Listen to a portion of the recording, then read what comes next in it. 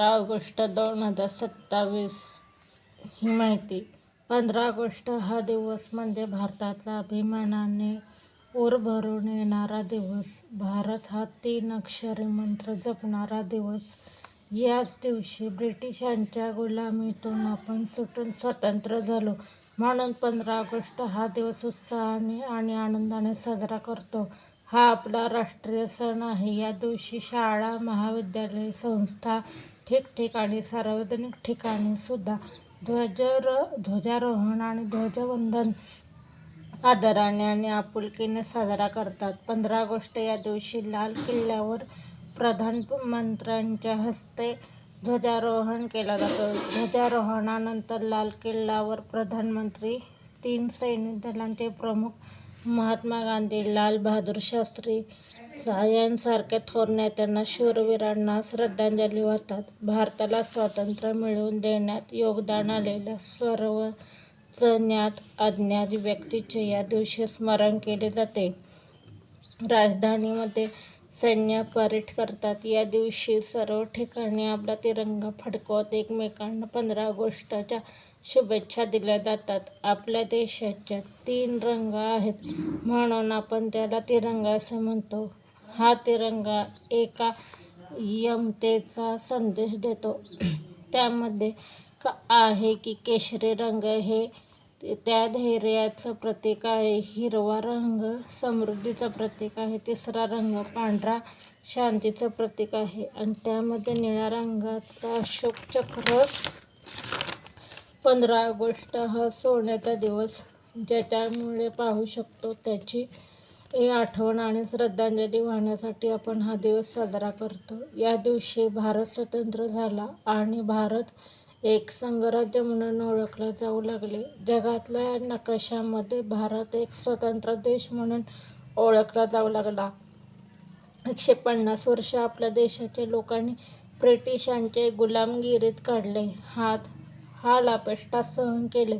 कित्येकांना फाशीची शिक्षा देण्यात आली. कित्येकांना तुरुंगवास भोगावा लागला. इंग्रजांविरुद्ध भरपूर युद्ध झाले. प्रत्येक लोकांचे संसार नष्ट झाले. जीव गेले. अनेक नेत्यांनी मिळून आंदोलन केली.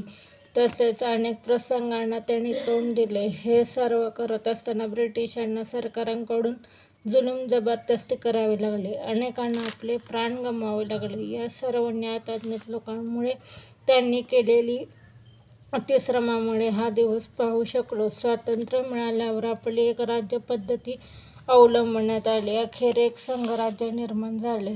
त्यामध्ये लोकांनी निवडलेली लोकप्रतिनिधी कारभार पाहणार. कोणी राजा नाही, कोणी प्रजा नाही. संघराज्य म्हणजे लोकांसाठी चालवलेली राज्य.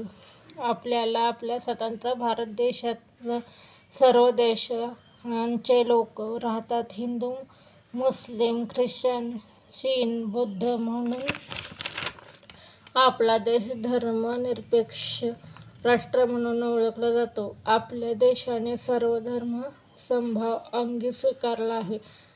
त्याचप्रमाणे एक मोठा लोकशाही असलेला देश म्हणून ओळखला निर्माण झाली. डॉ. बाबासाहेब आंबेडकर यांनी देशाची राज्यघटना लिहिली म्हणून डॉ. बाबासाहेब आंबेडकरांना शिल्पकार म्हणतात. स्वातंत्र्य मिळवण्यासाठी सर्वांनी योगदान दिलं. स्वातंत्र्यासाठी लढताना ब्रिटिशांचा काळीबाजपणा आणि जुलूम जबरदस्ती पाहून काहींनी त्यांच्यावर शस्त्र उगारले. 1857चा राष्ट्रीय उठाव टाटा टोपे, झाशीची राणी लक्ष्मीबाई यांनी गाजवले. पुढे नंतर शास्त्रज्ञ उठाव करून वासुदेव बळवंत फडके, वीर भगतसिंग, सुखदेव, राजगुरू, चंद्रशेखर आझाद, चाफेकर बंधू इत्यादींनी आपला निश्चय शस्त्रास्त्र दाखवला. त्यातील काही शूरवीरांनी ब्रिटिश अधिकाऱ्यांची हत्या केली. टिळक आगरकरला लेखणीचं आणि वाणीचं सामर्थ्य वापरून ब्रिटिशांकडून होणारा अन्याय आणि जुलूम यांची सामान्य जनतेला जाणीव करून दिली.